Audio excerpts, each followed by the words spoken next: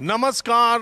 हरियाणा की राजनीति जिन तीन लालों के इर्द गिर्द करीब 50 वर्षों तक रही, उसमें से एक भजन लाल के विधानसभा क्षेत्र आदमपुर जो कि हिसार जिले में आता है, मैं आया हूं।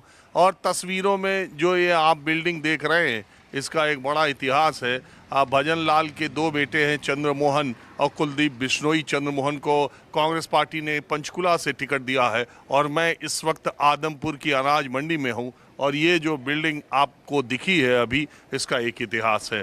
दरअसल भजन लाल आज़ादी के बाद जो बंटवारा हुआ भारत और पाकिस्तान में, भजन लाल की फैमिली पाकिस्तान से आदमपुर आई हिसार में, और यहाँ पर आकर 17 साल की उम्र में भजन लाल ने साइकिल पर कपड़े बेचने का फेरी में काम किया। फेरी लगाकर वो साइकिल पर कपड़े बेचा करते थे। और उसके बाद जिस दुकान पर मैं बैठा हूँ, ये अनाज मंडी की 106 और 7 नंबर की दुकान पर अपने एक पार्टनर के साथ भजन लाल ने अनाज की मंडी में आढ़तिये का काम शुरू किया। भजन लाल थोड़ा स्वभाव से उग्र थे, उन पर कुछ पुलिस के मुकदमे भी थे। कई किताबों में ये बताया जाता है कि उन्होंने इसके बाद राजनीति का रुख किया और यहाँ पंचायत समिति के चेयरमैन बने। और उसके बाद जो दूसरा चुनाव, पहला चुनाव 1967 में हरियाणा में हुआ था, 1968 में आदमपुर सीट पर एक उपचुनाव हुआ और वहां भजन लाल ने कांग्रेस के टिकट पर चुनाव लड़ा और उसके बाद वो विधायक बने। और 1968 से लेके आज 2024 तक, यानी 56 सालों में इस सीट पर भजन लाल का कब्जा रहा। अब ये जो अनाज मंडी में उनकी दुकान है, उनके बेटे कुलदीप बिश्नोई, देखिए इसको कितने भव्य तरीके से बनवा रहे हैं। और भजन लाल को इतने सालों में कोई हरा नहीं पाया। भारत की राजनीति में अपने पक्ष के विधायकों को 5 स्टार रिजॉर्ट में भेजने की प्रथा और परंपरा के जनक भजन लाल रहे। हरियाणा के 3 बार मुख्यमंत्री रहे। और अब उनके बेटे कुलदीप बिश्नोई, पहले तो उन्होंने अपनी एक पार्टी बनाई थी, बाद में फिर कांग्रेस में चले गए। 2019 का विधानसभा चुनाव कुलदीप बिश्नोई ने यहाँ से कांग्रेस पार्टी से लड़ा था और जीत हासिल की। बाद में उन्होंने कांग्रेस पार्टी छोड़ दी और उसके बाद उपचुनाव हुआ तो अपने बेटे भव्य बिश्नोई को यहाँ से उन्होंने भारतीय जनता पार्टी का उम्मीदवार बनाया। भव्य बिश्नोई इस वक्त बीजेपी के विधायक हैं और एक बार फिर बीजेपी ने उन्हें टिकट दिया है। तो 56 सालों से लगातार भजन लाल के कब्जे वाली सीट में इस बार क्या होगा, क्योंकि कांग्रेस पार्टी ने एक IAS अधिकारी को यहाँ से मैदान में उतारा है। वैसे हिसार जिले में ये सीट आती है। 7 विधानसभा सीटें हिसार में हैं। पिछले चुनाव में कांग्रेस पार्टी का किसी सीट पर खाता नहीं खुला था। हिसार की जो शहर सीट है, उस पर सावित्री जिंदल, जो देश की सबसे अमीर महिला है, उन्होंने निर्दलीय नामांकन दाखिल कर दिया है। और बीजेपी के 2 बागी उम्मीदवारों ने भी वहां पर पर्चा दाखिल किया है। कमल गुप्ता वहां से बीजेपी के विधायक हैं। तीसरी बार भी बीजेपी ने उनको वहां से टिकट दिया है, जबकि कांग्रेस पार्टी ने रामनिवास, जो पीछे चुनाव लड़े थे और हार गए थे, उन पर भरोसा जताया। बहरहाल मैं अब यहाँ से बातचीत का सिलसिला शुरू करता हूँ। भजन लाल के कुछ किस्से कहानी भी बीच बीच में सुनाता रहूँगा। आप कहाँ से? सरसा जिला का। सरसा जिला इलाहाबाद का। इलाहाबाद?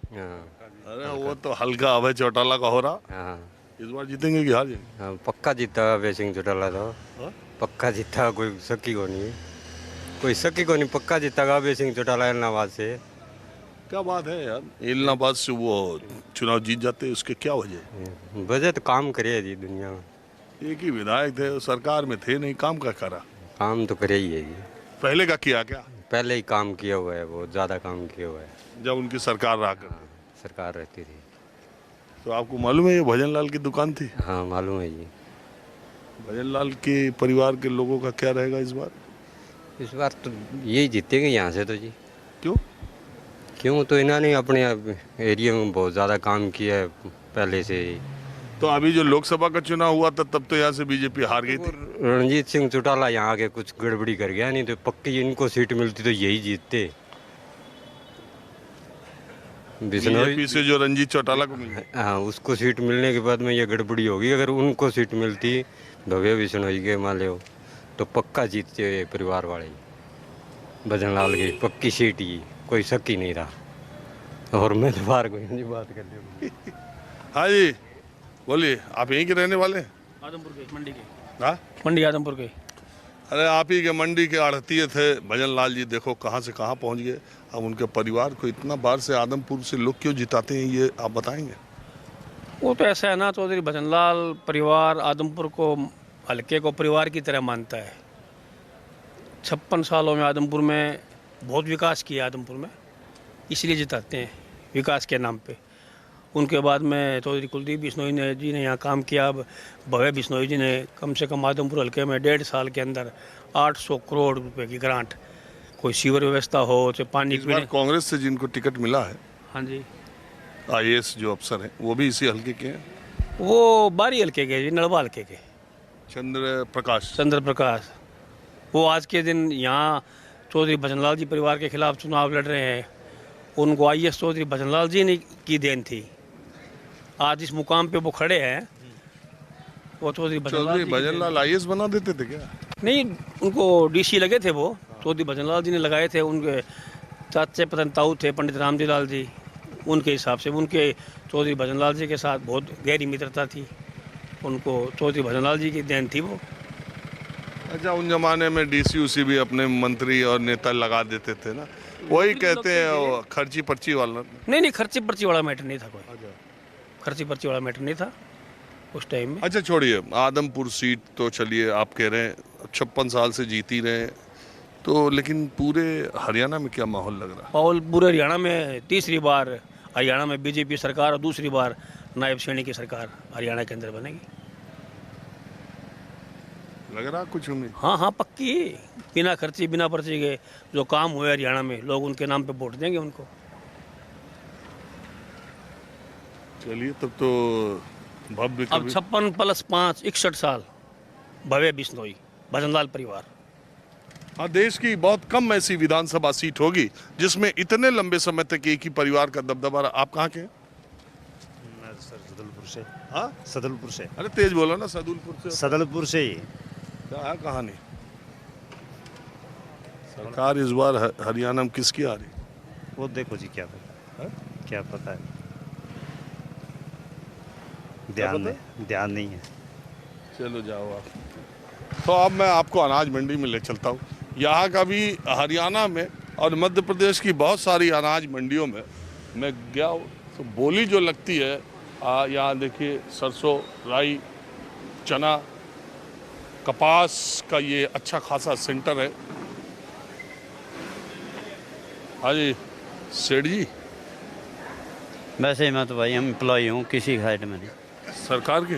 ना, हाँ, सरकारी एम्प्लॉय। सरकारी मुलाजिम? हाँ जी। तब तो आपसे चुनाव के बारे में पूछना ठीक नहीं।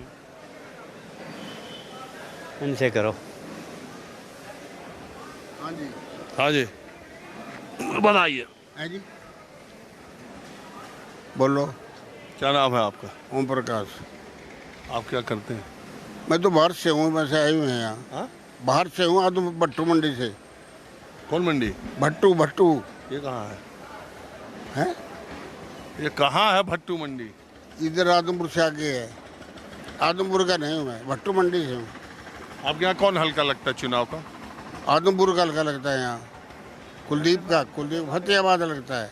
आपका फतेहाबाद? हाँ। वहाँ तो चौटाला फैमिली की वो लड़ रही हैं, क्या नाम है? हमने तो कोई लड़े, हम तो दूड़ा राम को वोट देंगे। किसको? दूड़ा राम, BJP का उम्मीदवार है दूड़ा राम बिश्नोई, उसको वोट देंगे। वजह क्या? वजह अच्छा आदमी है, काम करता है, मिलनसार है। पहले भी जीते हैं? पहले भी जीते वो। अच्छा, इस बार BJP की सरकार आएगी? तो सरकार का तो है जी, चांस तो देखो अभी एक बराबर की टक्कर है।